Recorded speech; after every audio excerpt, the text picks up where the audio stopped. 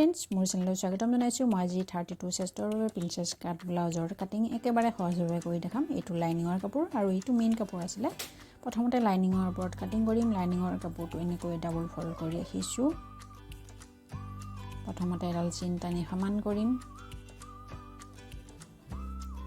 এতিয়া ব্লাউজটো লেন্থ লম 14 ইঞ্চ এটো 13 ইঞ্চৰ ৰেডি হ'ব যিমান লেন্থ লাগে তাত 1 ইঞ্চ প্লাস কৰি লব মাৰ্জিন সিলাই মাৰ্জিনৰ বাবে এতিয়াটো ডিপ নেকত বনাম সেই কাৰণে শোল্ডাৰ লৈছো 5 ইঞ্চ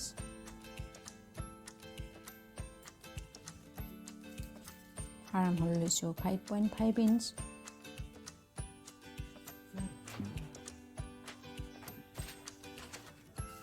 তাৰপিছত 32 চেষ্টৰ চাৰি ভাগ এভাগ ললো 8 ইঞ্চ আৰু 1.5 ইঞ্চ মাৰ্জিন লৈছো ওয়েস্ট 28 হয় তাৰ চাৰি ভাগ এভাগ লৈছো 7 ইঞ্চ 7 ইঞ্চ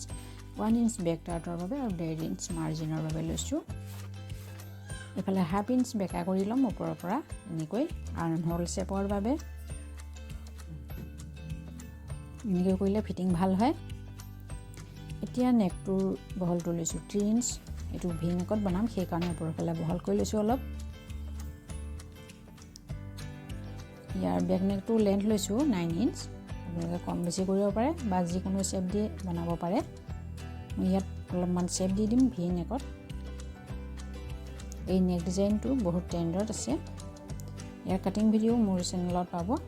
মই চেনেলটোৰ লিংক দি দিম তো বেক পাৰ্টৰ কাটিং হৈ গল এটা ফ্ৰন্ট পাৰ্টৰ কাটিং কৰিম প্ৰথমতে এডাল চিন টানি সমান কৰি লম এতিয়াটো প্ৰিন্সেছ কাটত বনাম সেই কাৰণে ফ্ৰন্ট পাৰ্টটো হাফ ইঞ্চ এক্সট্ৰা লাগিব সেইখিনি মই আগতেকৈ লৈ লৈছো এনেকৈ এফালে হুক আৰু কাচপট্টিৰ বাবে হাফ ইঞ্চ এক্সট্ৰা লৈছো মোৰ চেনেলত বিভিন্ন ধৰণৰ কাটিং ভিডিও কাটিং ষ্টিচিঙৰ সকলোখিনি ভিডিও পোৱা যায় চেনেলটো যদি সাবস্ক্ৰাইব কৰা নাই তেনেহলে সাবস্ক্ৰাইব কৰি ৰাখিব আৰু যদি ভিডিওটো ভাল লাগে তেনেহলে লাইক কৰিব কমেন্ট কৰিব এতিয়া বেক পাৰ্টটো সেম টু সেম মই এনেকৈ আঁকি ললো বেক পাৰ্টটো উঠাই দিলো ইয়াৰ আৰ্ম হোলৰ লাইন কেইডাল পুনৰবাৰ টানি লম এতিয়া ফ্ৰন্ট নেকটো লেন্থ হৈছে 7 ইঞ্চ আপোনালোকে কম বেছি কৰিব পাৰে বা যিকোনো নেক ড্ৰ কৰিব পাৰে মই ইয়াত অলপ শেপ দি দিম এইফালৰ পৰা হাফ ইঞ্চ ভিতৰৰ ফালে ফ্ৰন্ট আৰ্ম হোলৰ শেপ দি দিম এতিয়া বাছ পইণ্ট লম 10 ইঞ্চ এইফালৰ পৰা 3 ইঞ্চ লৈছো আৰু এইফালৰ পৰা 3.25 ইঞ্চ লৈছো এনেকৈ চিন টানি দিলো প্ৰথমতে সিধাকৈ তাৰপিছত ইয়াৰ পৰা ইয়ালৈকে প্ৰিন্সেছ লাইন ড্ৰ কৰি দিম এইফালে 1.5 ইঞ্চ লৈছো আৰু তলৰ পৰা 2 ইঞ্চ লৈছো এনেকৈ শেপটো মিলাই দি দিম আপোনালোকে অধ্যয়ন নাথাকিলে প্ৰথমতে পেপাৰত কাটিং কৰি ল'ব তাৰপিছত কাপোৰৰ ওপৰত কাটিং কৰিব আৰু তলৰ ফালে মই 1.5 ইঞ্চ বহাইছো আৰু ওপৰৰ ফালে 1 ইঞ্চ বহাইছো এইফালে সাইডত এটা ফ্ৰন্ট পাৰ্টৰ কাটিং কৰিলো এতিয়া প্ৰিন্সেছ লাইনটো কাটিং কৰিম তাৰ আগতে এইফালে হাফ ইঞ্চি এক্সট্ৰা আছে সেইখিনি কাটিং কৰি লম নহলে এইখিনি পিছত বাঢ়ি যাব ইয়াৰ যি আৰ্ম হোলৰ শেপ এতিয়া কাটিং নকৰো পিছত যেতিয়া প্ৰিন্সেছ লাইন দুটা জয়েন কৰিম তাৰ পিছত কাটিং কৰিম ভিডিওটো চাই থাকিলে মন কৰিলে দেখা পাব ইয়াৰ ষ্টিচিং ভিডিওৰ লিংকটো দি দিম এতিয়া প্ৰিন্সেছ যিটো পাৰ্ট সেইটো ভালদৰে কাটি লম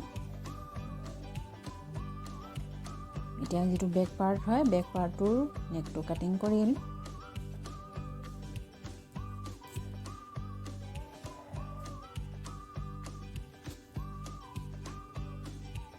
এতিয়া স্লিপছৰ কাটিং কৰিম এটো ফৰ ফল্ডেড হয় ওপৰৰ ফালে ফল্ডেড সাইড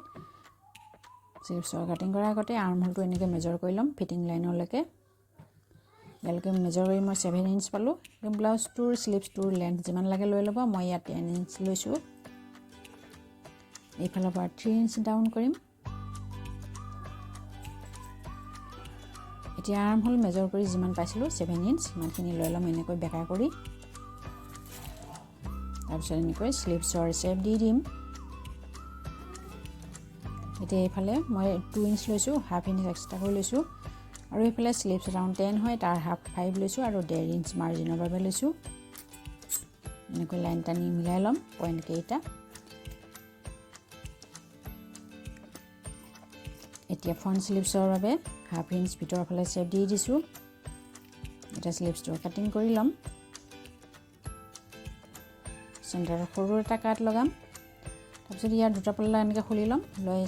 ফ্ৰণ্ট স্লিভছৰ কাটিং কৰিম স্লিভছৰ কাটিং হৈ গ'ল এতিয়া মেইন কাপোৰৰ ওপৰতো মই গোটেইখিনি কাটিং কৰিলোঁ ইয়াৰ নেকটো কাটিং এতিয়া নকৰোঁ যেতিয়া ষ্টিচিং কৰিম তেতিয়া কাটিং কৰিম গোটেইখিনি পাৰ্ট কাটিং কৰি